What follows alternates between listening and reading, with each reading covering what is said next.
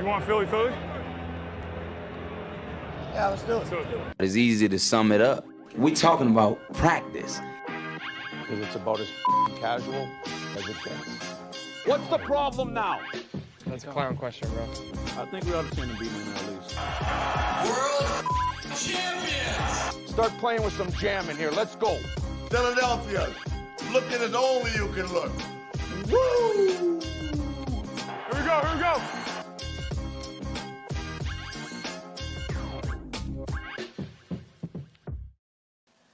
And good evening, everybody. My name's Eric Perugini. I'm here with Chris Layeth. We're here with Pat Houseman. And this is another edition of the Philly podcast presented by SixPackCoverage.com, La Terrain Watches, and themonkeysuncle.net. And tonight's show, we're going to be recapping the Super Wildcard weekend in the NFL this past weekend, where Chris, real quick, what was our records? I was 5-1, and I think you two were 4-2. Right. Okay. Yeah. Yeah, that's right. I was only I went 4-2 because I decided to switch it up and go with the Cardinals. Yeah. Whatever. So, well, everyone, this is us. This is the show, and now we can begin. Gentlemen, how are you tonight? Well, it was an interesting weekend. You know, it was either a blowout or a close game. That's basically what the games were. You know, it was a fun weekend. You know, unfortunately, the Monday night game was very boring. if you were a non-Rams fan. Yeah, that was a boring game, but is what it is. So, where would you like to begin, gentlemen? Well, we'll start with the first game. What was the first? Oh, the Vegas and Bengals game. Yes. You know, it looked like it was going to be a blowout. It really did. It was like, oh man, this is like Joe Burrow is just going to run all over them. You know, run past Jamar Chase. I think Jamar Chase broke Chris Collinsworth's record for rookie receiving yards in a playoff game. Oh, you know what? I completely forgot Chris Collinsworth was even an NFL player. I can't even stand that guy anymore. Wow. Well, here's this guy. Here's a guy. So, oh man. Well, yeah. I mean, look, that game. That was one to watch. I wanted to see that one. That's got. I mean, look, Derek Carr is Derek Carr. Joe Burrow. I mean, Cincinnati has the advantage there where it comes to the quarterbacks. I enjoyed it. Like I mean, honestly, I enjoyed pretty much every game that was going on because it's wild card weekend. You know, how can you not?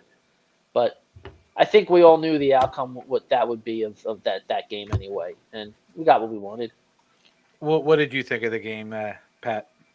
Well, actually, I picked the Raiders in that game. That was the one game that I got wrong that you guys, I think, I went against what you guys were picking. There's nothing against Joe Burrow or the Bengals. I just thought the Raiders were a team that hang around, and they were going to pull the game out with a field goal. I mean, it got within 20 yards of tying it, you know, at the end. After what looked like it could have been a blowout. So, I mean, they did prove they were a team that kind of hang around. They just couldn't finish the job. Definitely good that he came back and made it a competitive game because, Cincinnati's going to win their first playoff game in 30-some years. It had to be a game like that. It couldn't be a blowout. So, definitely a good first game. Definitely enjoyed watching that one. And I always like watching Joe Burrow play. I don't know why they weren't a primetime game. I think that guy's a great football player. I'd prefer to see him in primetime, but you know, they're the Bengals, and I guess a lot of people out there aren't pining for that, so it's a shame. But yeah, it should have been the primetime game. Definitely thought it was going to be better than the other one they put on. And so obviously it's the Raiders in the playoffs. So what's a Raiders game without a little controversy? Here you go. 5 in the pattern, Burrow. Tries to keep it alive, scrambles. Throws it back in the end zone, but was he out of bounds? So here's my thing. He clearly threw the ball, and then you heard the whistle. Oh, yeah. I mean, that was just a blown call. I mean, I don't know why the whistle went. He was in bounds. No. Well, what I'm saying is no. They blew the whistle after he threw it. Yeah, like I said, that was. I think it was literally. I don't know what the ref was looking at. I mean, I really don't. I honestly don't. But I mean, you clearly saw in the replay that that was a head scratcher. Everybody said, what was the whistle for? And they reviewed it a long time. Yeah, I mean, look, the refs didn't have that great of a weekend, but I mean, that was. So we'll get to that one in a little bit. Me and Pat disagree on a play, but I think your hatred of the Cowboys is clouding your judgment. That's what I think. No, absolutely not. We'll get to that when we get to that. Yeah. But so, yeah, not really. I mean, it was a close game, but it really wasn't exciting. Like it was like, they kept kicking field goals where Vegas was holding them, and then that was it. If it would have been touchdowns, it would have been over really, really quick. But Vegas did their job and held them to the field goals. So that they did. I mean, I'll give them that they did. And to give Pat credit, like Vegas definitely, was they were always I always found them to be a threat also because they stick around, and then at the end, Derek Carr seems to find a way to get them downfield and score somehow. So it definitely had the feeling of that during the game for me, and I'm like, you know what? Maybe Pat's right. I was like, they played like they belong, and I just want to point out, Pat, you don't look like you're drinking water. You're really drinking something else. Yeah, I'm drinking some High Noons. That's not water. He's like, guys, I'll be right back before the show starts. I got water too. Yeah, I got water too. Okay, Yeah. there it is.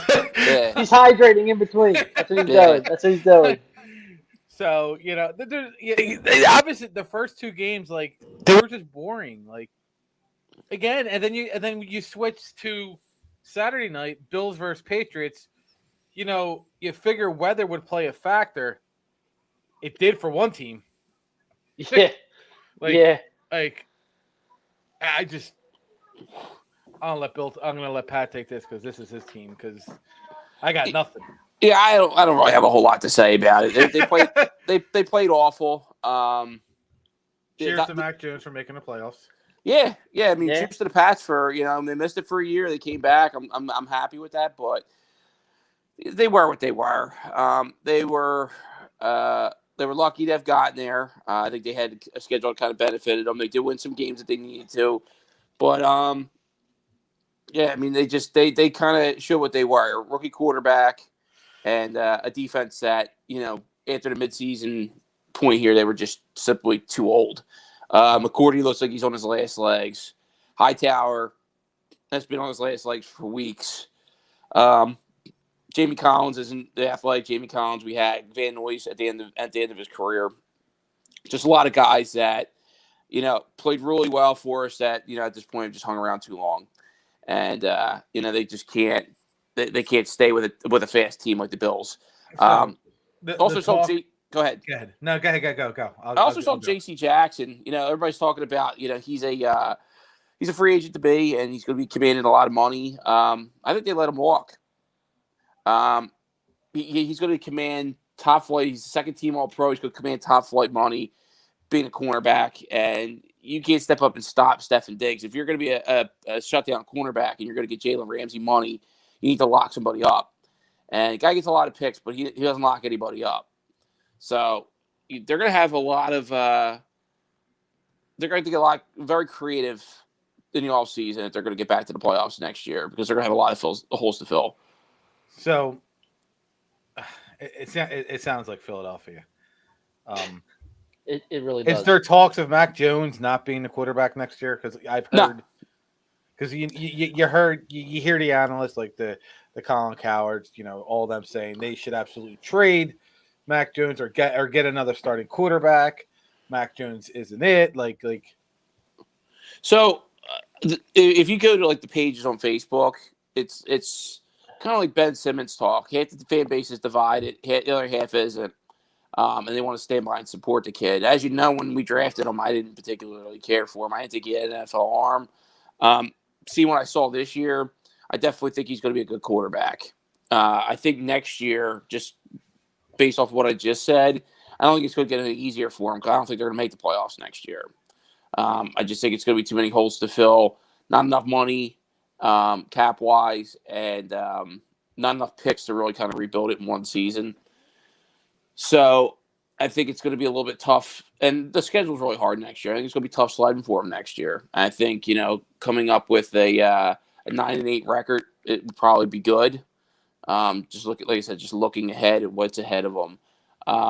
So it's gonna be hard, but I think 2 years from now, I think they have a good shot at winning that division again. Because I think Josh Allen right now is in his prime, but I don't know how long Josh Allen's going to have a prime. That guy's going to get beat up the way he plays, and I think it's only a matter of time before he starts to decline pretty rapidly. So I'm looking maybe Mac Jones on like a 2-year plan here. I think anybody else that's talking any other nonsense, they're just trying to get a hot take. It's stupid. So we'll switch gears to Sunday's game. We talked about it the other night. We're not really going to dive too much into it tonight. You can get your thoughts. Eagles 31-15. It was 31-0. The game was never really close. It was Vaughn running up and down the field. Like again, I said the other night, he was Emmitt Smith. So I don't know where Keyshawn Vaughn thinks he is. Dude, you're a running back that we just heard of, so stop acting like you're Emmitt Smith. And that's my take. Oh wait, hold on. And Tom Brady's 44 years old. Can we just can he stop ever? I'm a little confused because I had Eagles fans for a whole year telling me that they ended him after that Super Bowl, and I mean he just went out there and he won a playoff game. I'm confused, guys. I don't know what to make of that. I got one for you. Tom Brady has 5 playoff wins as a Tampa Bay Buccaneer. Dallas Cowboys have 4 playoff wins since 1996. Just going to throw that out there. Well, they had a statistic up there, and if he wins another playoff game, I think he passes 2 more teams. But there was something along. They had teams overall playoff wins per teams, per franchise. And the Patriots had the most. I think they might have had 52 wins, and I think the Steelers and the Cowboys had 51. And then so the 49ers had somebody. Tom Brady had 47. There you go. Yeah, he was number 5 on the list by himself. It's crazy.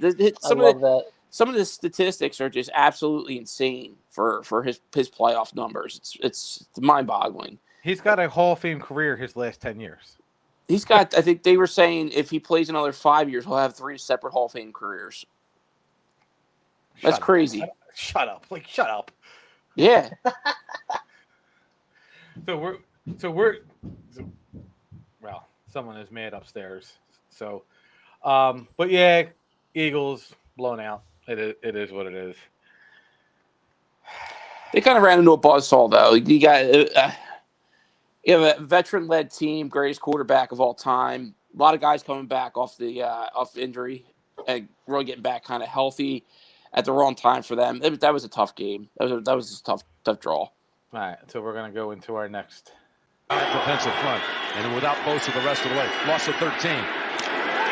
Prescott hit when he threw it, and it's intercepted.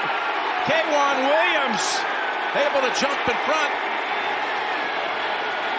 Wow, what a huge play. If you're a Niner fan, this is starting to get really exciting. You might have a chance to go on the road and upset.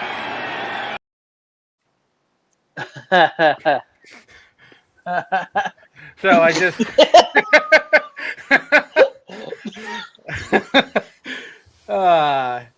Captain Cowboy over here. So obviously we're talking about the Dallas Cowboys. Oh, jeez, here we go. So I'll take this off. I made my point. I don't have a cigar like Stephen A. Stephen A.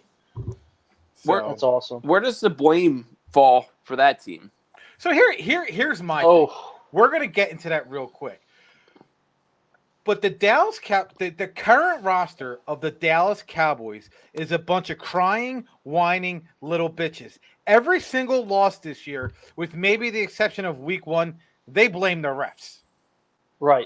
They blame you sound like a Philadelphia Flyers fan. I'm sorry. You're blaming the refs for every single, it was, the Oakland Raiders game. Oakland Raiders, again, Las Vegas Raiders. Anthony Brown committed 5 pass interference calls. And they're talking about the last one. Well, when you commit 4 really egregious calls, it's going to go against you. It's just the way of the game. If it looks like that you committed a penalty anywhere near it, and it was a penalty, it was a questionable one, but it was still a penalty, they're going to call it. That's just the nature of the game. So for them not to take any accountability for that, and for Dak and for his comments, he's such an asshole. He went from a great leader to not in a matter of 2 minutes. Go ahead. Yeah, all right. And Dak, he put out an apology today. Hold on. But or yesterday. You know why he put the apology out, right? Because you knew he was going to get fined. Well, no. The NBA came out and said it. This is Dak's forced apology. Hold on. Hello there. Your Honor, I want to say I'm sorry for the things I've done, and I try and be stronger. Who is he, R. Kelly? I saw that on Twitter, and I was dying. I'm like, oh, this is definitely going up. That's beautiful. So the NBA referees came out and said we do not condone the act. We condone the actions, the statements of Dak Prescott. Screw you, Dak. Who the hell are you? Well, first off, screw the rest from the NBA. I mean, first off, stay in your lane. It ain't your league. Number 2, they're the most sensitive people on the planet. Dwight Howard coughs on a guy. He gets a foul called on him, and it gives him a dirty look, and they're teeing him up. So they got any business to be talking about anybody. So the NBA referees can get screwed as far as I'm concerned. When you're a player and you're the face of the Dallas Cowboys and you're condoning the actions of things being thrown at people, let their union handle it. No. The NBA refs don't need to get involved. The NBA refs are twits. Why? No one else. Not one person said anything. Because they stay in their lane. No, they don't need to be getting involved. No. Yes, they absolutely should. No, they're horrible. You got a $25,000 fine. The guy makes $75 million this year, and he's blaming the refs and saying, "Go fans, keep throwing shit. Get the hell out of here." Yeah, they had a guy in their ranks that were betting on games. What's so that? Who the hell are they? Yeah, that was 10 years ago. Who cares? I'm talking about 3 There's no days colleague. ago. Nobody's rolled on him. You're telling me that nobody knew he was doing that in that organization? Get the hell out of here. Screw the NBA referees. Worst referees in all 4 sports. They can go screw. No, I disagree. I mean, I totally agree. I back my statement 1,000%. I wish I could stamp it and certify that. They are horrible. They are the worst. And I wish we had comments tonight. There's other shady shit that's been going on with them. I go all the way back to the 2002 King series. Horrible. Worst referees in all sports. Them guys. I wish if the NHL wrestling came out, the Umpires Association, anybody else but them, I would have been okay with it, but screw them. But the NBA, maybe the refs, the NHL should have maybe said something. MLB's in a strike, so they don't care. The umps don't care. Umpires don't care. Yeah, they don't. No, I thought it was. I mean, look, I kind of agree with Pat. It's like the NBA refs are they have such a checkered history. But I did like the fact that other officials for that call games, officiate games, were like, yo, dude, you can't condone people throwing stuff at referees or umpires, whatever. You just can't. I mean that's and you're right, Chris, because he's the face. Dak Prescott's the face of quote unquote America's team. So I mean it's like they are. And he was given a chance to fix a statement. He was like, "Nah, bro, that's what I meant." Yeah, right. So, I mean, he completely, like you said, he made himself look out to be the biggest jerk, and it all falls on. At the end of the day, it all falls on him not knowing the rules. I mean, I remember when people were like giving it to McNabb for not knowing you could tie. And here's this guy basically just tapping his center on the ass to hike the ball, which was giving himself 2 yards, and because the referee ran into him. Dude, well, do you want the referee to run around you? Then the game's over. Here's the problem with that play. I don't care what analytics say. Fire the analytic guy right now, because there's nowhere to say 14 seconds left. You run a quarterback draw. How about fire the coach for listening to the analytic guy that says run a 14-yard draw with 20 seconds? You can do that too. Like, that's fine. But some of the play calling, like we're gonna get to the 2 play calls. We're gonna get the play call that me and Pat disagree on, and we're gonna get to the play call that the end of the game on. So okay. Cowboys come out, run a perfect punt. Johnny Hecker-esque. They get the first down. They leave the punt team on. Just leave them on. Right. So Stan Fran doesn't move. Then they run the offense on. And by league rules, you have to give the defense time to bring it in. To bring it on. And then it's after the umpire lets go of the ball, then it's at the ref's consensus to let it go. There should have been no reason that you got a delay of game on a play like that after you got the first down on a fake punt. You can blame the refs all you want, Pat, and Dallas. You can blame the refs all you want. The delay of game is on Mike McCarthy. It's not even on Dak. It's on Mike McCarthy because he's an idiot. I'll get to what's Mike McCarthy's fault in just a second. So hold on. So that is on him. By the league rules, you can't quick snap it and catch a team off. Nobody was quick snapping it on a play like that. Nobody was quick snapping it. But he wasn't snapping it. 21 seconds they came onto the field. And then they didn't do anything. The offense came onto the field at 21 seconds. But they didn't do anything. But they came on. That ref got there. He stood there at 6 seconds. I stopped it at 6 seconds. Everybody on San Francisco's team was lined up in their position, ready to go, and he's still standing there. He did not move from his spot till 2 seconds. Eric will tell you, and I wish Bill was watching and Rich will tell you, I am the epitome of bad referee. I comment all the time. I say shit. Like when the play happened in 2016, Dallas played Green Bay. The opening play, they called them for like too many men in the huddle, and it was like a rule I never heard of. And I'm like, did they just make up a rule? They just make up a penalty? Like an illegal formation because you had some. I don't even know what the rule was. I don't even know what the call was. So I will always call officials out for their bad calls. They had 14 penalties. At 6 seconds, when I could see the linebackers with their hands on their knees and the safeties watching the ball, and the referee still standing over top of it for 4 seconds, not allowing anybody to snap it, there's something wrong with that. So much so that I immediately filmed it and put it right on Facebook. I mean, it went off about 5 seconds after the play happened that I knew there was something wrong with that play. You don't like refs. We know this for a fact, given your history. The call was the right call. I thought it was a horrible call. It was a horrible call on Mike McCarthy. Run your offense out. You got the first down. Stop trying to be cute. This is the playoffs. This isn't a play. This isn't a regular season. There's plenty of blame to go around for Mike McCarthy. It wasn't that play though. That absolutely wasn't his fault.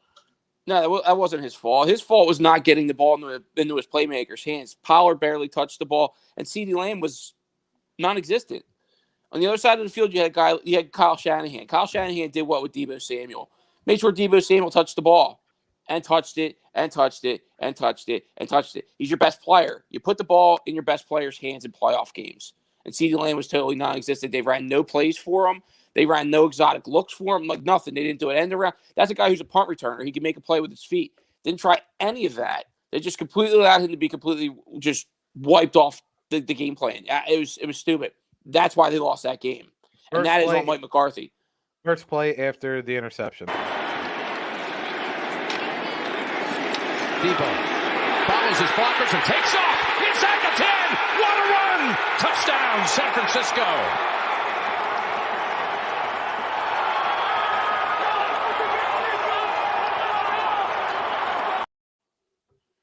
That guy, he's just a fantastic football player. You can't call him even a wide receiver. I mean, with everything he does for you, calling him a wide receiver is an insult, because he makes plays like that. He's what we want Jalen Reagor to be. He's what you want everybody to be. The guy's an animal. I mean, it's ridiculous. He's a wide receiver who will take on a linebacker, lower his head, and just try to bull through him and get through him. It's something to watch. He can't miss TV every time he touches the ball, and I appreciate that. And like I said, Shanahan did a great job making sure that he got his touches, and when he did, he capitalized on it. And that's what you do with your best players. And Mike McCarthy I don't know what that game plan was. It could have been Kellen Moore. Kellen Moore's getting head coaching job offers now or interviews. Like, that's insane to me too, because again, that was one of the worst games he's called probably since he took over offensive play duties for the Cowboys. Dude, if I'm a GM and he calls my phone, I'm be like, new phone, who this? Like, I'm not answering that. So then then the play and call is this to end the game. San Francisco to get to the quarterback here. Prescott takes off running the football. Whoa, I don't think this is going to work out. It will. They'll be able to clock this. They were planning for it. Down. Oh, my gosh. The official gets in the way. The game's over. Gosh. The game is over. Oh, he did. Oh, they're going to look at this. It's going to be over because the umpire has to touch the ball. Of course, that's ridiculous for a game to end like that, Jim. Wow, I am livid if I'm a Cowboy fan and if I'm a Niners fan. That's the end of the game. The game is over. The game is over at San Francisco. There's a lot of San Fran fans there. There was. And can we point out that he slid at the 25 and spotted at the 23? Like, how is not that? How's that not being talked about? I don't think anyone really noticed it, to be honest with you. The ump did. The game's over. So what's the point of even bringing it up? Well, because they're sitting there saying that the Cowboys should have had one, the Skip Baylesses of the world saying the Cowboys should have had one play, and it's like, no, they shouldn't have. Well, I mean, who called that game? I was watching. It was Romo and Nance, and Romo showed his homerism a little too much. That fumble that wasn't a fumble, the incomplete. Yeah. He was talking about, the Cowboys are going to have a shot to win this now. Like, well, you're not supposed to say that. You're supposed to be impartial here, bro. Like, it was the last quarter of that game was annoying because he was very homerish, and he's generally not like that. No, he really isn't. I was actually shocked. Yeah. I don't know. Like, the whole thing, I think it was him that turned around and said, he should have handed the ball to the umpire. The umpire was like 25 yards behind him. So that wouldn't have worked. Bottom line is, with 14 seconds left, you just flat didn't have enough time to run that kind of a play. And he should have slid. If that was the case, he should have slid five yards closer. 5 seconds earlier. Yeah, 5 yards earlier. 5 yards earlier, and then you would have gotten a little bit closer. He could have thrown into the end zone, but where they were at, they could have had 2 shots at the end zone with the amount of time they had. Why they didn't try to do that, I have no idea. Especially with them playing so far outside, and they were playing sideline out. They had the middle of the field. You just overload the middle of the field with guys, and you just throw one up. I don't. Would they get 40 yards in 10 seconds? Like, yeah, do it. Like, use your guys. Yeah, and once it's a catch, you have blockers in front of you. You know, if you want, dump it off to somebody, dump it off to Power, and have 2 of your wide receivers who are out in front of them. Just try to block the last few guys down there. It's just. That was just so bad. Like I said, I don't understand Kellen Moore getting job interviews this week. It was a horrible, horrible game for him. And he's probably going to be a head coach this year, which is crazy to me. Yeah, so we know that. And then we'll go to the next game. And we had one of these. His case to no avail. Williams is now the back. He drops it. Again. And again. Second time. And it's picked up by T.J. Watt with the play alive into the end zone. He goes. Mahomes becomes a decoy. Kelsey's going to throw a touchdown. Yeah, we had a defensive touchdown by T.J. Watt, and then Travis Kelce with a passing touchdown. He's got more passing touchdown than Carson Wentz in the playoffs, and Jalen Hurts combined. So that game was stats. That game's just that was just a blowout, 42-21. Steelers had a little bit of life. They were up 7-0. And then Mahomes is like, all right, time to score 3 touchdowns in like 6 minutes. That was insane. Like, they didn't get a whole first quarter without scoring, and all of a sudden, it's 21 or 28-7, and then they could end up being 35-7 at one point. They just turned it on. That team, they are kind of scary the way they can just turn it on. That being said, though, I think they go down this week. I think they do too. I think Buffalo is a tough task. I think Buffalo is going to beat them and going to punish them. And I hope so, because we all know we are all in here how we feel about that team. Yeah, and the one quarterback and how much of a dislike we have for him, as opposed to where it was 2 seasons ago. And he's not even the guy I hate the most. I mean, I can't stand his family, but all the stuff that I read about Tyreek Hill with his son, like I absolutely despise that guy. So. Yeah, cheated, whatever. Like I hope somebody put the helmet right in his face. I can't stand him. Freaking kid beater. I got no time for that guy. So, and then we'll go into the Monday night game. Did anybody actually watch it? Yeah. Eric, did you watch it? I tried to, but I was like in and out. I was like, Like, what was this? What was this? Rams pressure is picked up. Kyler! Did he get rid of it? It's intercepted! It's David Long! Into the end zone for the touchdown! Troy Reeder got the hit on Murray. Nearly had him for the safety for 2. Instead, it's 6, and it's a Rams touchdown.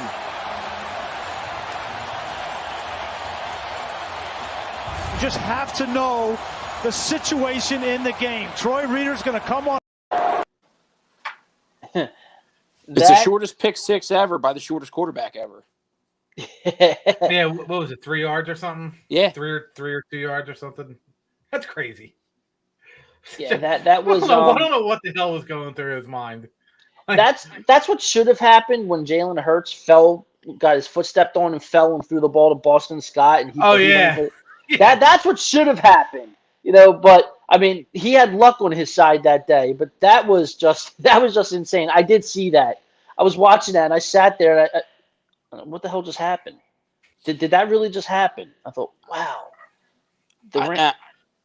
I said at the beginning, I think it was last week's show, the Rams are just like super talented. They put it together. Everybody's in trouble, and they put that shit together real quick. They did. They struggled mightily for like, what was it, 4 out of the last 5 games. Yep. And then they had it all together. That defense, man, they can get after it, and that offensive line, they can protect Stafford against any defensive front.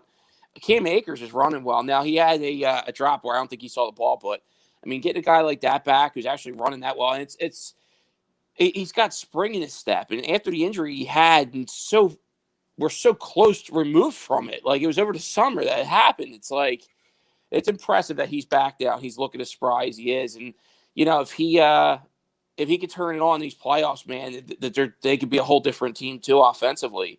And Sony Michel, he's back looking like Sony Michel. I don't have to keep calling him Panasonic Michel anymore. He's actually looking like he was a couple years ago. Toshiba Michel, yeah. Yeah, I mean, listen, they're dangerous. Anything's possible. My buddy Orlando on Twitter picked the Cardinals because he couldn't trust Matt Stafford. And then after the Eagles game, tweeted out, anyone know where I can get tickets to the Eagles game next weekend? Hey, buddy. Should have waited. They should have waited. Like, if you're gonna troll again, you gotta wait until the game is over. Like, that your team wins. Like, that's all. Just wait till they win. Then talk as much as you want. But his picks are just, and he's sitting there and he's trashing Jalen Hurts, and I think he realized that his $75 million quarterback had the same exact stats, with the exception of Jalen had one more interception. Jalen's also like 5 inches taller too. Shorter. Taller. Jalen's 5 inches taller than Kyler. No. I'm his quarterback's Dak Prescott. He's talking about Dak. Oh, he's okay. I thought you meant he was a Cardinals guy. Gotcha. No, he's a Dallas guy, and he was Orlando Scandrick. He was talking shit on the I Eagles. thought you said your friend Orlando. I'm thinking you actually have a friend named Orlando. Yeah, you're thinking of Scandrick. Yeah. No, that troll bag. That's great. But yeah, he's tweeting about the Eagles when his team's getting embarrassed, tweeting about he doesn't like Matt Stafford, trust Kyler Murray more, and I get it, and I don't. Kyler hasn't done anything. He's had the same kind of seasons that Matt Stafford has had in his career. And what's his Murray's third year? With him talking with it, yeah. Okay. With Scandrick talking, he's just showing that he has no idea what he's talking about. None. He's got absolutely none. All right, and okay, he's sitting there and he's saying that the Eagles they would have been better off with Wentz this year. I really don't think he can play the game of football. He was a decent corner. He was good for Dallas. Wasn't Deion, wasn't Trayvon Diggs this year, but he was serviceable. He was a good number 2 corner. You'd be happy if he was a number 2 corner on your team during his prime. Right. He just doesn't know football. He doesn't know it. He's letting his emotions cloud his mind is what it is, and he just hates the organization so much. No matter what happens, he's always going to disagree with it. I mean, you put Scandrick next to Ryan Clark and Dan Orlovsky, and they own him. They just flat out own him. These guys know they know the game, and they're talking about the game. He's going off of. I feel like he's going off of in his playing days. He's holding something inside, because he obviously does against the Eagles for whatever reason. I love Ryan Clark. Ryan Clark is one of the few players who discusses football and who was good at it and actually knows it. We all know Dan Orlovsky was a terrible quarterback, but he's a great analysis when it comes to the game, just like Ryan Clark is. And they always say, if you can't play, you can teach. Yep. If you look at the history of sports, example, Charlie Manuel. Charlie Manuel was not a great baseball player.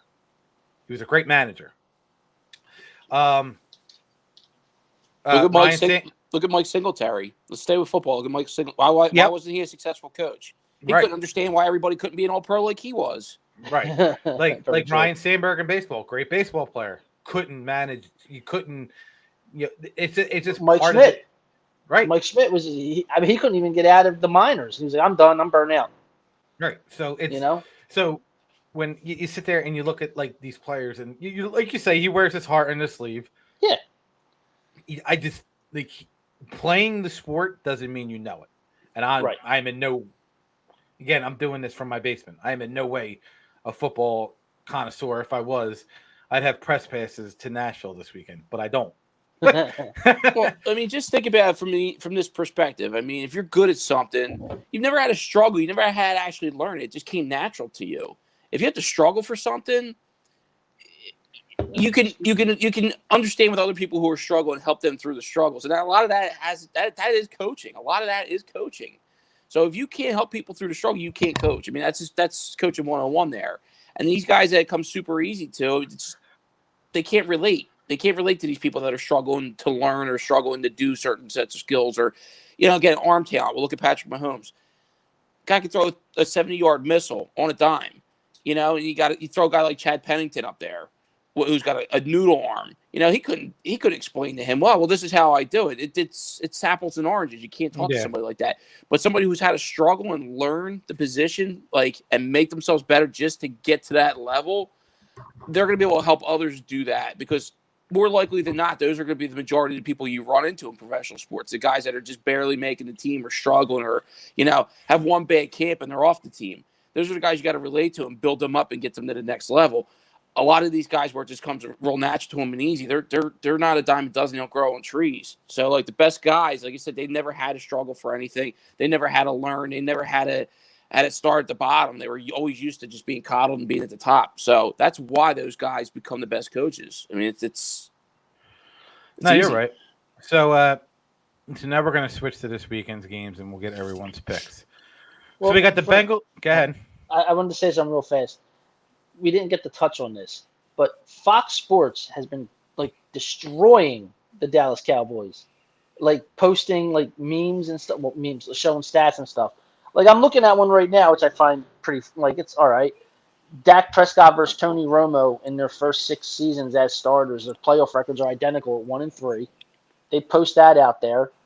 Then they have the playoff wins. Tom Brady 5 with the Buccaneers and 4 for the Cowboys. Since 96, since Yeah. 1996. And then here's my favorite one they put out. Tom Brady has 35 playoff wins. That's the same amount of playoff wins the Dallas Cowboys have in franchise history. I love it. Like, they're trolling the hell out of that. Right. Not any other franchise. No.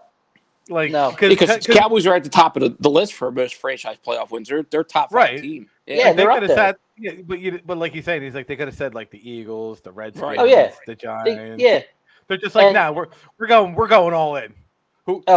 Whoever's running Fox's Twitter and Facebook account is definitely a Philadelphia Eagles fan. It's probably the same person that used to run Wendy's. Wendy's Facebook account or Wendy's Twitter account was savage for a long time. That guy got a raise. He's working for Fox Sports now. Oh, and real quick, I also saw something else. We were talking about Deebo Samuel earlier, how like amazing this guy is. Yeah. His snaps by alignment versus the Cowboys: 13 snaps in the backfield, 13 in the slot, and 19 altogether at wideout. Yeah. Like that, he's just everywhere. Yep. Everywhere. And Kyle Shanahan gets him the ball. It's smart. And Trayvon Diggs did not have a good game. No, he didn't. Like it was there for him not to have a good game, and he didn't. Like and they lost Joey Bosa. I did right. That is the right Bosa, right? No, Nick Bosa. Nick Bosa. Yeah. They lost Nick Bosa. I was like, oh, it's curtains for the Niners. So did I. I said the same thing. I was like, man, that's over. That was a head injury too, right? Yeah. Yeah. So he might be back this weekend, right? Yeah. Yeah, that's what I thought. Yeah. You look at Trayvon Diggs' numbers. Take the interceptions out of it for a second, and just look at the amount of yards he gave up, and the yards given up to opposing wide receivers, and yards after the catch for opposing wide. His numbers are very pedestrian and mediocre. The only thing that made him a Pro Bowl corner this year was all the touchdowns and the picks. And, like, Grant, that's great. Yeah. But I want to shut down corner to just completely tie up the other team's best wide receiver. I don't need him to do anything else. I don't need him to go and score me touchdowns or get me, like, 12 interceptions. Just go lock the other guy down, take half the field away. A shutdown corner holds you to, like, 30 yards a game. One catch, 10 yards, one catch, 12. Like Jalen Ramsey throws that up there every so often against a really good wide receiver. It's like, wow, like Adam Thielen or like somebody like that. It's like, wow, he completely just crushed that guy today. Yeah, he gave up 66 yards a game, and I think like half of the like at least 30% of his passes thrown his way went for a first down. Yeah, they completed like 47%. It's and you get the Dallas Cowboys feelings in their fans because they're like, oh, now they're just making these stats up. No, they've been around. And, like, when I sat there and you sit there and you try to be logical, I'm like, listen, Asante Samuel was the same way. Yeah, but Asante Samuel could only play zone 2. He couldn't play. He wasn't a man corner, Like, you're stuck putting him on one side. And there's nothing wrong with that. If you know that's what you're going to get, you know what you're going to get. But you're telling me Trayvon Diggs is as good as Deion Sanders. He's as good as Jalen Ramsey. He's not. He's good. Yeah. He's got a lot of potential. He's got a lot of upside. He's a young kid. If he can work on that, Devontae Smith versus Trayvon Diggs is going to be a great thing that Eagles fans. It's going to be a great battle to watch for years. Right. For years. If you get him on a double move, it's it. Right. I'll tell you what, though, as good as that guy the potential for a ceiling could be, he's never going to be the best player on his defense. That's going to go to Micah Parsons, and that really hurt losing him this past weekend. Cowboys losing him. Yeah, that's something that really wasn't brought up enough. Like that really hurt them big time. That guy can flat out play. He's going to be best defensive player probably in football in a year or two, and that's saying something because Aaron Donald's still going to be playing, and that guy is that good. He's that much of a difference maker.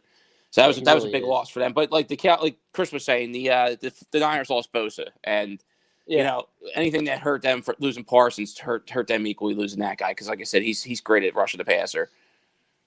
Yeah, no, he was. So we'll switch over. We'll go to our picks. I got the lead at 5-1. I went with my heart. I mean, realistically, like I said on Tuesday, it should have been a close game. It shouldn't have been what it was, but it is what it is. I went 5-1. My loss was Dallas. Pat went 4-2. Your loss was the Raiders. And did you take the Rams or did you take the Cardinals? I'm trying. I thought I took the Rams. I was big on the Rams last week. If you watched the show, yeah. But all right, I'm pulling it up. So there was, and then give me 1 second. I'm trying to think. But we got Nash, Tennessee. We got Tennessee and Cincinnati. 3.5 point underdog for. I went Cincinnati. Cowboys. That's who it was. I thought the Cowboys were going to win. Yeah, that's right. Yeah, my 2 losses. Yeah, yeah, that's who it was. Yeah, and Eric went with the Cowboys and the Cardinals. That's who it was. So 5-1. You're grand champion after 1 week. 4-2 to these minions. No, that's awesome. But no, you know, I could have went 6-0, but I was like, I can't pick the Eagles. And I said before, you know, I said a nightmare matchup for Dallas is the 49ers because they have a great pass rush, and you know their corners they're okay corners. They're not great. But, you know, their linebackers are really good. Do you know what I would do if we had Fred Warner on the Eagles? I would cry tears of happiness. But let's go to the games. Tennessee, Bengals. Bengals 3.5 point underdog. The King comes back. Again, it's one of those games where you wait until kickoff to see what the line is at if you're betting. You know, it's only plus 155 on the money line. So you bet $100, you only win 155. That doesn't entice me. It's not worth a bet. Like it's, you know, over and under is 47. So for me, I got to go with Tennessee. I think they got the veteran quarterback. You got Derrick Henry's coming back, who's healthy as, I guess you could say, a horse. You know, it would be nice to see what cornerback he throws this year in the playoffs that he does every year. It's always one player he throws. Was it Josh Norman 1 year? The other year was Earl Thomas. So after Earl Thomas talked a whole bunch of smack about, oh yeah, we're going to hit that guy. Patriots defense didn't want to hit him, and then he was getting spun around. Derrick Henry was pretty much spinning him like a top as he's running by him. We'll get to your picks in a minute because obviously I'm going Tennessee. But if just think about it. You're on a football field and you see Derrick Henry coming at you, and you're just standing there like this in an open field. What are you doing? Because I'm running the other way. I'm going down. I'm going to at least dive as he runs by at his feet because I don't want. Yeah, I'm going to close my eyes and just dive in the direction of his hip and just hope I knock him. Hope something works out. That's it. You know. Hey, look at Pat Hausman on the sideline. He's at the 50. Yeah, he's just hanging on. Oh, look, there's Chris Lav hanging on to Pat Hausman's cleat. Yep. That's Derrick Henry's dragging us. Oh, look, there's Eric Perugini. He's on his other cleat. There's 3 guys trying to tackle him. He's just levitating his way to the end zone. Yeah. Right. He's moonwalking. Yep. Kicks us off. He's a freak of nature. He shouldn't be that big and that fast. He is, but my concern is that he's not going to be that fast this weekend. I just think with the layoff, I went against Joe Cool last week, and I shouldn't have. I really like Joe Burrow. I'm not going to go against him this week. I'm going to actually pick Cincinnati this week. I just don't think Derrick Henry's going to be healthy. I know they got the veteran quarterback in Ryan Tannehill, but they're not. Ryan Tannehill's not a quarterback that I'm scared of, and Tennessee's not a 1 seed that I'd necessarily be scared of either going into this game. And I just think Cincinnati is a better team at this point in the season. Tennessee kind of just fell their way to the 1 seed. The Bengals went out and they beat a couple really good teams to get into the playoffs, get the seeding they got, including beating Kansas City. I really like that offense. I really like that quarterback. The defense, I think, is good, and I think they're going to hold up just enough to win that game. Give me Cincinnati. Eric? I'm also going Cincinnati. I don't think – I agree with Pat. I don't think Henry's going to be like 100% healthy, which no guy ever is when they're coming back off an injury. But, I mean, I still think he's going to have a good game. But, I mean, on the flip side, you have Joe Mixon. Joe Mixon is, he's another, he's a 1,200 yard, rusher this year, 13 touchdowns on 292 attempts. Derrick Henry was 937 yards. Like, he would have obliterated everybody, if he'd stayed healthy. And so that's the truth. I like Joe Burrow over Tannehill. Burrow's over 4,000 yards with 34 touchdowns on 14 INTs. Tannehill, 21 touchdowns, 14 INTs. But the one that gets me, the matchup that gets me, that's pushing me over, is Jamar Chase versus A.J. Brown. A.J. Brown's he's been banged up this year, and he's had an up and down season. But Jamar Chase, 1,400 yards, 81 catches for 13 touchdowns, and he's fast. He's a monster. So I'm taking the Bengals in this game with that connection of Burrow to Chase. I think is going to be too much to handle for Tennessee's defense. I just think like Tennessee's the type of team too that if they get down, they're done. They're done. Like if Cincinnati comes out first drive, scores, and let's say they turn around, hand the ball off to Derrick Henry on like 2nd and 8, and he fumbles, and Cincinnati has a short field to go back down and score, Tennessee's gonna be like, holy shit. And they're gonna be pressing, they're gonna be throwing the ball probably more than they should. It's just that team's built to play ahead. If they get down early by multiple scores, my concern is Mike Vrabel's just too quick to try to just throw and go step away. Like I really something about this game. I really think Cincinnati's going to win this game. So I'm gonna a couple things. I'm going with Tennessee based on coaching. Vrabel's been there. He's got the experience. I look at this the same way I look at the Eagles when they played the Falcons in 2017. Coaching was just better. You bring up Tannehill. Tannehill amazingly threw 11 more passes this year than Joe Burrow. Granted, Joe Burrow threw for 900 more yards, but Joe Burrow also had Tyler Boyd. He had T. Higgins. He had that. I'm not even going to try and say that tight end's last name. So I'm not. Uzama. And he had Jamar Chase. So it's I'm not. So you're saying you're picking against him because he has better playmakers around him? I'm picking against him. I'm picking against him because of coaching. Okay. Joe Burrow and Ryan Tannehill had the same amount of interceptions this year. So Tannehill's going to get his name picked on because he only threw 21 touchdowns as opposed to Burrow's 34 touchdowns. But when it comes to turnovers, they're the same amount of passes. Defenses step it up in the playoffs. There's a reason Tennessee was the number one defense. So my pick is Tennessee. It has nothing to do with Ryan Tannehill, A.J. Brown, Jamar Chase. I think it's going to come down to coaching. I think this is Tennessee's year to get there. Like the coaching tree of Bill Belichick finally succeeds. So we got that. Then what is Green Bay and San Fran? Green Bay. Like San Fran is Green Bay's kryptonite for some reason. Like yeah. I don't even know if I want to pick this game. I feel like I want to hear your guys' points, and maybe you guys can change my mind. I don't even have anybody. Yeah, so I might flip a coin. So logic tells you that the 49ers won't be able to keep up with what should be a track meet with the Packers, because the Packers, they score and score and score and score, and you say, well, Jimmy G's not going to be able to do that.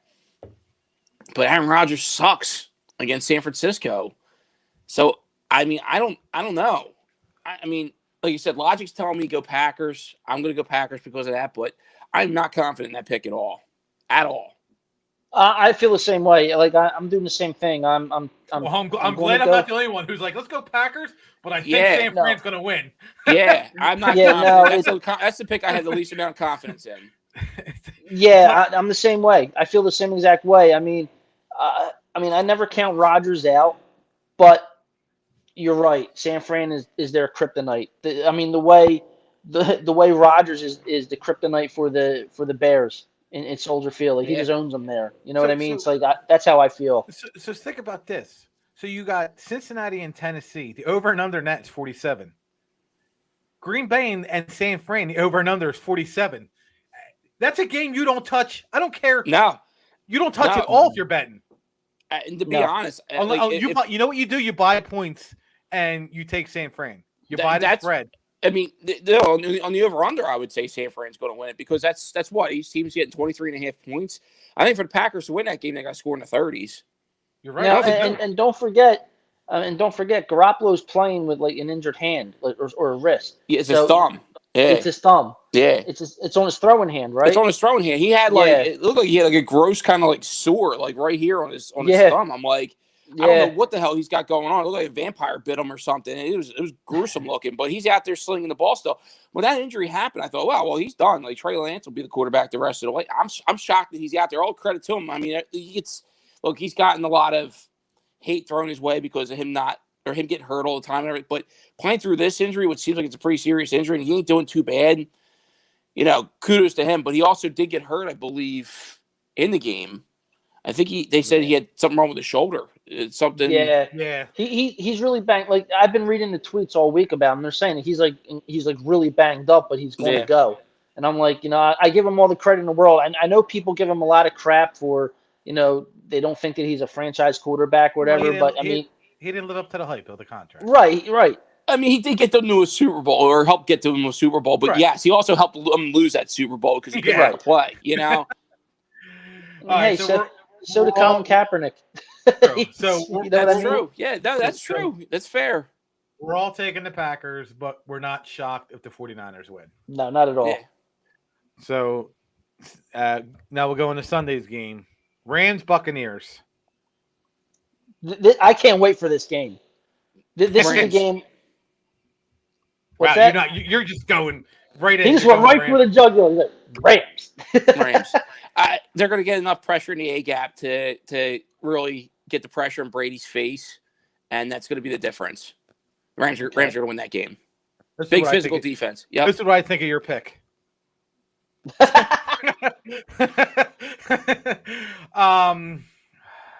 ahead.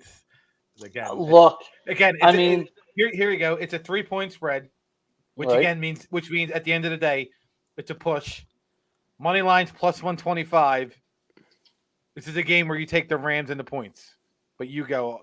I mean, look, something tells me never go against Brady. I mean, the guy threw for over 5,000 yards this year. I mean, but then again, he doesn't have Godwin, doesn't have Antonio Brown. I really like the Rams in this one. This offense is fun to watch.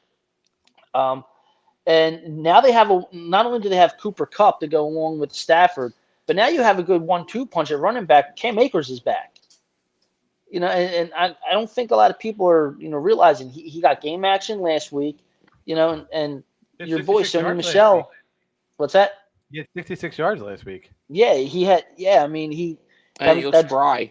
Yeah, and coming back from that ACL, that's great. So I mean now they have a legitimate 1-2 combination at running back with probably one of the best wide receivers in the game. Yeah. And I think this is Stafford. And I'm not going to say it's his year. I'm not saying the Rams are winning the Super Bowl, but this is Stafford's best chance. And I think they do what the impossible could be, and that's beat Tom Brady. So the Eagles game, that guy Wirfs, who's their starting right tackle, who's an all-pro, him going out. Snap. What's that? Didn't miss a snap all season until the playoffs. Yeah. And they put him back in with like an ankle, and then he went back out. Like he landed funny, and that was just kind of it.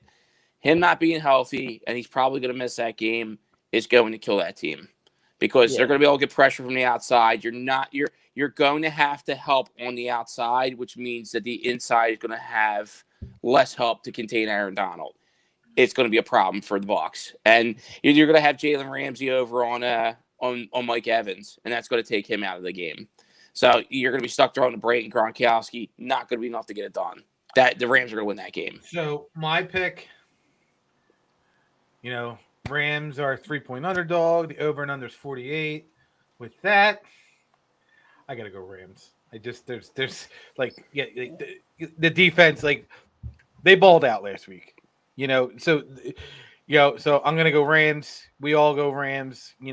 It's a game that you take. This is a game you bet the Rams. Yeah. You take the money line or you take the points, whatever you want. It's not a big money line. You bet 100, you win 125. It's not a great money line.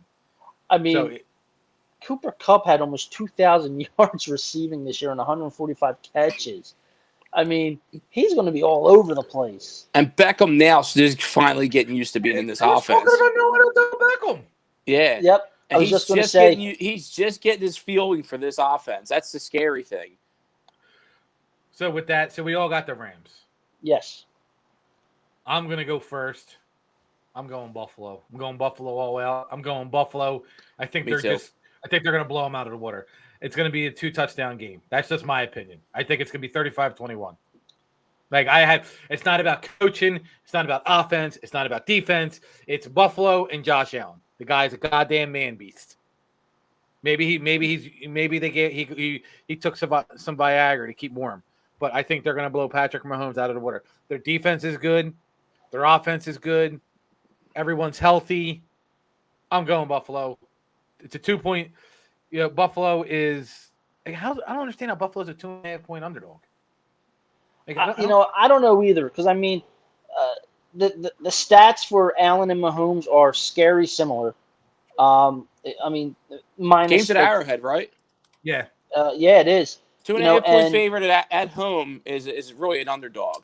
It's a push. It's a push. But I would even say to me, it's screaming of a 1.5-point for Buffalo. So I would say they're probably actually looking at they're the favorite. I think Vegas is thinking they're gonna win this game. I think we might see Ja Rule on the sidelines because there's gonna be some murder somewhere. That's how bad they're gonna beat them. All right. So that's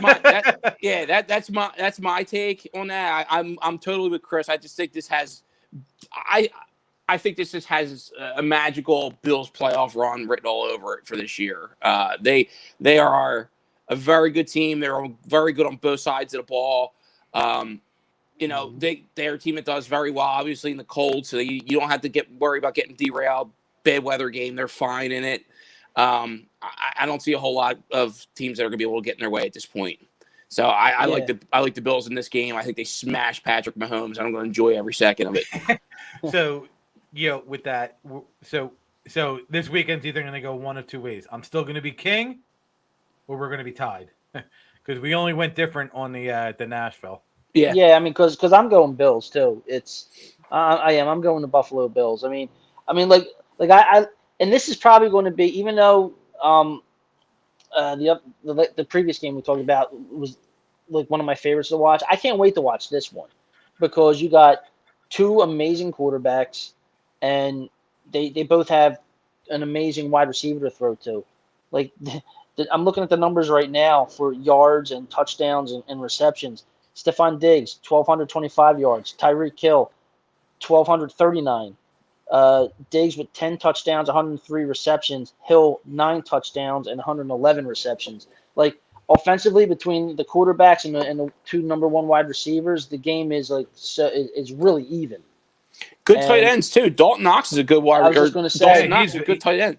He's very underrated.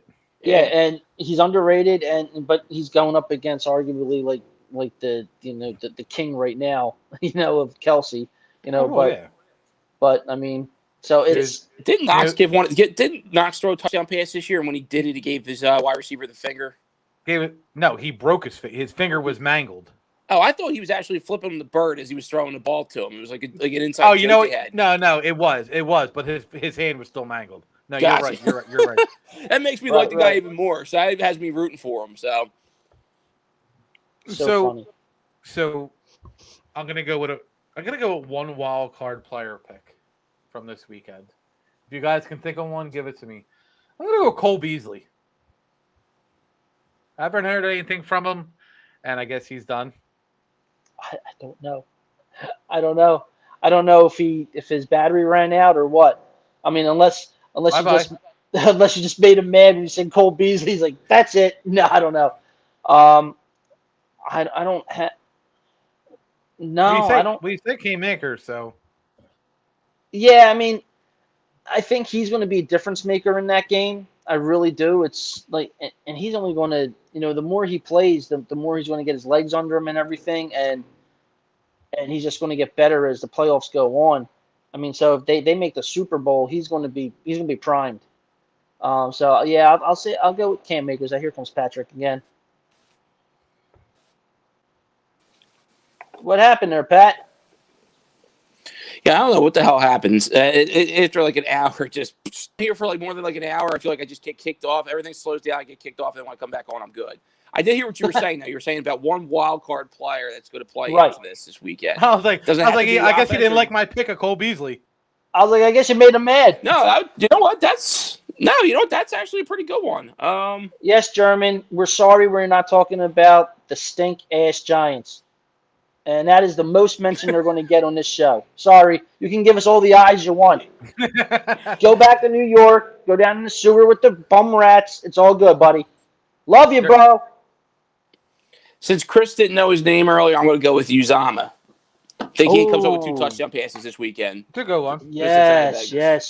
That's a good one. I went with Cam Akers.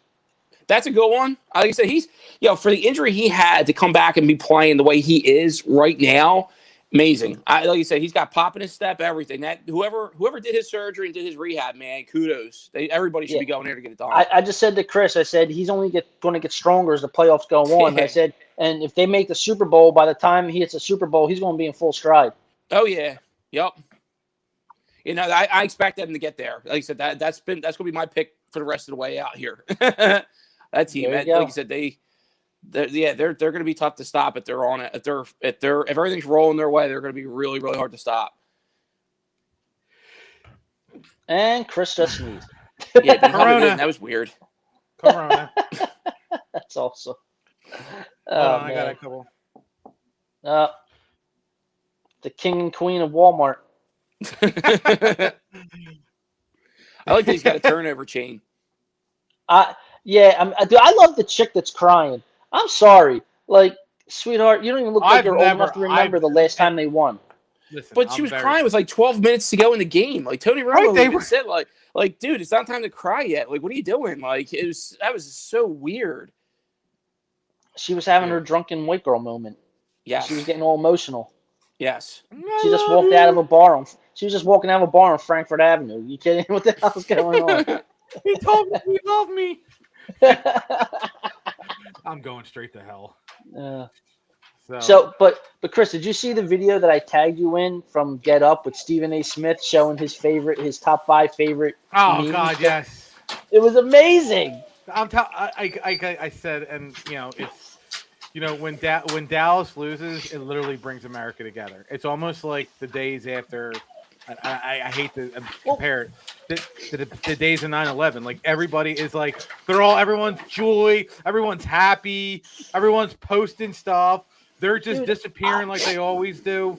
I don't even like get happy for like the actual loss anymore. I get excited for what Stephen A. Smith is going to post and say. Like, I mean, it's not even to the point anymore where I'm like, there you go. Like, dude, his tweets are the best. Like, the first thing he does, he sends out a tweet, and it's like he pans from the TV, and it's just him, and then he just starts laughing. I'm like, dude, I look for his. The one guy he was watching a game with, he tweeted out, he's like, I'm never watching a Cowboys game with Stephen A. He's like, I hate him. Yeah, because he goes into the whole Screaming A. Smith. He's not even Stephen A. Smith. He's Screaming A. Smith. He just screams. I love all the it time. though.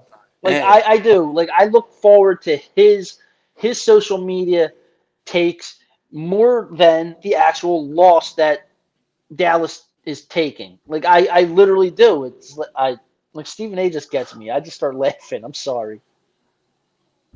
Howdy, folks.